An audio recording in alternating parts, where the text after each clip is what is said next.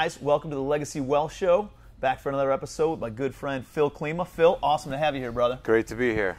So Phil's been a buddy of mine. I've known Phil, man, since I was getting started, man. We've known each other, right? 5, 6, 7, 8 years, 10 years almost. Yeah. And known Phil for a long time. Saw my progression. I remember Phil lived next to my brother-in-law, and would come over for barbecues, and we'd be talking about real estate stuff. And he was buying single family, and I was flipping houses and getting into some multifamily and apartments and all those kinds of things. And always stayed in touch and had some good conversations. Phil comes from the car business. His background's in car business, has a very successful multiple 8-figure car business in the Cleveland area, and also invests in real estate. So, Phil, welcome to the Legacy Wealth Show. Great to be here. Great to be here. Cool, man. So, why don't you? Our show's all about making money, keeping money, and then getting your money working for you, right, to make more money and really build wealth. So, I think at the core of making money is really being an entrepreneur, right? And to me, I think you can't really make a lot of money unless you own your own business in some capacity. And obviously you own your own car business. Tell me about how you got into the car business. I know it's somewhat of a family business, and what that's been able to create for you, and then what that transition looked like. Not transition, but as you added and supplemented your income from the car business with your real estate, what does that transition look like? Yeah, so my dad and I, my father and I started out literally basically out of our house. We didn't even have our own lot to speak of in the beginning. He has a 30-year background, new car dealer side, sold, managed, ran stores, and we started very small. We started with a couple pennies and just grew it. Leased a shop in Cleveland, leased a bigger place, got another place. At one point, I think 15 years ago, we had like 3 different leases going on at once just because we were growing so fast, and we just had more cars than we had room. So it was really fun. Those were fun years, yeah, growing quickly. And then we were fortunate to be able to connect with a couple of the older Ganley stores. It was a big dealer in the Cleveland area. Bought those, and now we're sort of have a good footprint set in Brunswick, which is a suburb of Cleveland. So we've been phenomenally just blessed. Great people over the years. A lot of long-term employees and how many cars are you moving customers. a month? So we're moving about 175 cars a month now. Dude, that's no joke. Yeah, That is real business. So the state of Ohio, which is a good strong car state, we're probably in the top 4 or 5 in volume every month as far as used cars. That's awesome, man. Yeah. Good for you. So when did you realize that you wanted to kind of get into real estate a little bit? So I was always, like everybody says, always the Rich Dad, Poor Dad book experience, right? We always kind of start getting our mind moving. I was rehabbing houses, so I thought that it'd be so smart we were buying nice houses in the suburbs of Cleveland, renovating them, nice finishes, appliances, granite, stainless, the whole thing, and just reselling them. Because I thought that would be a great way, and that's going to build real wealth. I really didn't understand the buy and hold game. So that was my thing. I'm going to do 3 or 4 years. You're a transactional guy. Yes. You're flipping cars. Why Exactly. not flip houses? Right. So I thought that would be great. So we did that for a few years, and it was okay. I just, I found my weekends getting compacted. My wife was yelling at me. We're living at Home Depot and this kind of thing, but it was fun. I learned a lot. It was good for me to sort of learn like what the end user on a nice rehab, what they're looking for, and I think that helps now. To some capacity. With the rentals. But that's how we started. So how'd you get into the buying and holding then? So I'm watching some guys and kind of paying attention to what some guys are doing in the single family space, and I'm like, wow, this guy's got 150 rental houses. That's a great goal. If I could get to 100 and I didn't have any debt on them, and if I think I could do that in 3 or 4 or 5 years, that would be great. So that was my start, just literally buying single family, 2-family houses, and we were knocking them down. I had a guy that was sourcing them for me. I would pay him a fee. He did a great job, just tax deed sale, foreclosures, private owner, probate, whatever that looked like. So that's really what we started doing. I love it, man. Yeah. And then so we hung out, had some conversations, stayed connected on some stuff, and touched base not long, early last year or something. Well, first you came out to a couple masterminds, right? That I held locally. Yes. Talking with some real estate guys and other entrepreneurs in town, and I feel like that you had some fire inside you from some of those. when I first connected a couple of those masterminds and just seeing the trajectory of when we first just talked, like you said, at your brother-in-law's part, and just to see how you were doing this, how you were putting this together, laying everything on the table, it just seems a lot more tangible to me. So then we suddenly sort of like pivoted and we said, hey, let's connect with some bankers. Let's get our whole mode sort of shifted, and we started with a couple of 6-unit buildings. Yeah. We didn't steal them. They weren't great deals. They were just deals, you know. Did you have those before or after Commercial Empire? I think we had one before. One before? One before, and then we bought one after. Yeah. And I was just, I just had this goofy, made-up story I was telling myself that I wanted to start with a small building before I bought a bigger building. So we bought a 6-unit building, and then we bought, actually our next deal was 31 units, and then 72, and we just closed on about a 50-unit building. So it's been... It's awesome, man. Yeah. Proud of you. Yeah. So how many units do you have in your portfolio right now? So we're just over 200 with our single-family homes. What did you do early on that maybe you're like, man, I wish I didn't do that? Or what was a big learning piece that you wish you could tell Phil 2 years ago? Yeah, so I think I was infatuated with this idea that if I bought a single-family house and I had no debt on it, that was somehow the smart way to do it, to just have a bunch of houses. And my goal was always, if I could get 100 houses and there was no debt, and that would be great cash flow. I understood leverage. I got the concept. I don't know if I was just maybe had some fear, some trepidation, but again, literally plugging in with you, seeing the speed that you were working at, I'm like, hey, I'm not ready to go that big. I'm not going to have a bunch of outside investors at this point. We're kind of going to keep it small.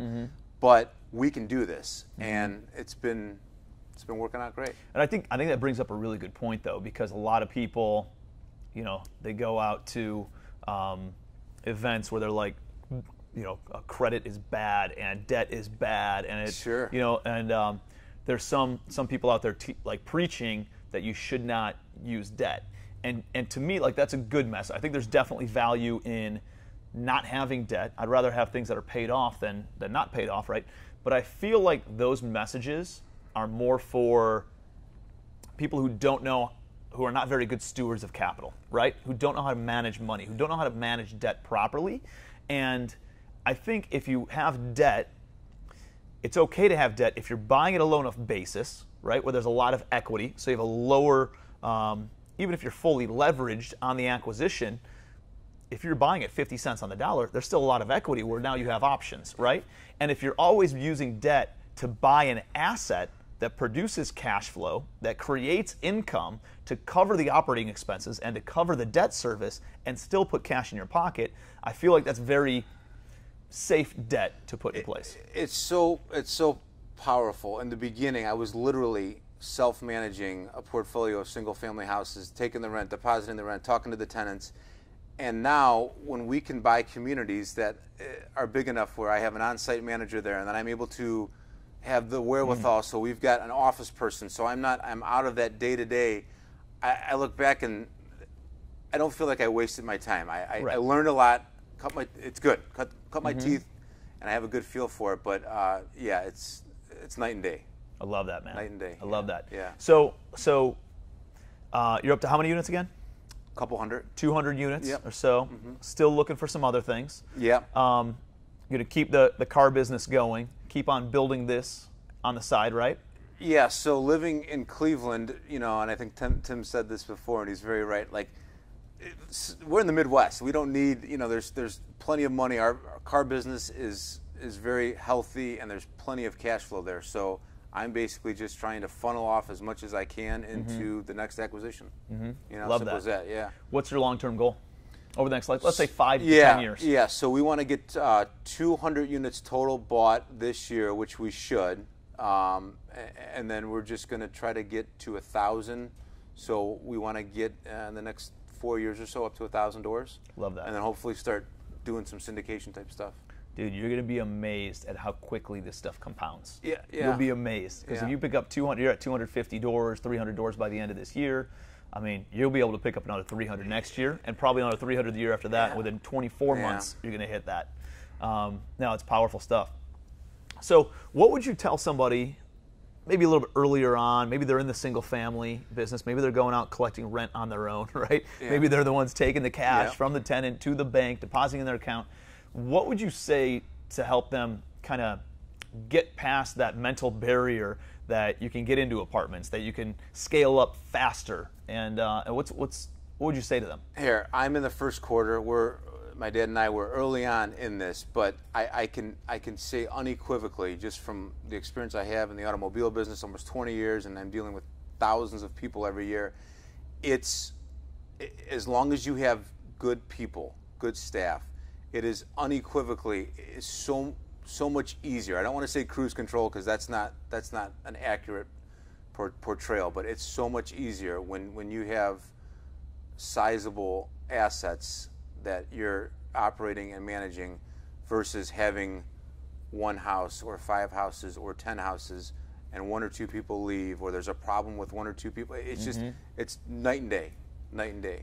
Yeah, I mean, because you have enough revenue, right? And you being a business guy, understand that revenue solves all problems, right? If you have more revenue, then you can cover some of the overhead. You can cover the operating expense. Yep. You have enough revenue coming in where now you can hire somebody to take care of that piece and oversee it and manage it. There's just more meat on the bone. There's just more meat on the bone. And I know you've said that a ton of times when you get into your larger deals, and it's just true. And not only for your staff, but also if you're joint venturing, right? Yes. Now all of a sudden there's enough juice in the squeeze where you can bring in outside partners to complement your skill sets. Maybe it's something that you're a little bit weaker at, somebody else is stronger at. Maybe something they're weak at, you can be really strong at. And guess what? There's a big enough pie for everybody to get fed, right? I love what Phil's saying about surrounding yourself with A players. That has been everything in changing my business. Not only from A players on my team, but also A players that are mentors of mine, joint venture partners of mine, people I can kind of hire from a fractional standpoint or on retainer to come in and help me out with my business. And if you don't have A players, go and find the best CPA in town. Go and find the best fractional CFO in town. Go and find the best bookkeeper in town. Go and find the best operators in town, leasing it. Like, you have to fill up your team with all A players. I went to Spain for almost an entire month in the spring of this year, and I only checked my email once every other day for about an hour. And most of the emails that came through, I could just delete. You know why? Because I have A players on my team, running the operations, running the finance side, taking care of things whether I'm there or not there. That's the power in surrounding yourself with A players. It allows you to stay in your lane, focus on what your unique ability is, and double down on that strength. Instead of trying to get outside of that box and doing draining type of activities, focus on the driver activities in your business. Man. So tell me a little bit about, like, what was your biggest takeaway?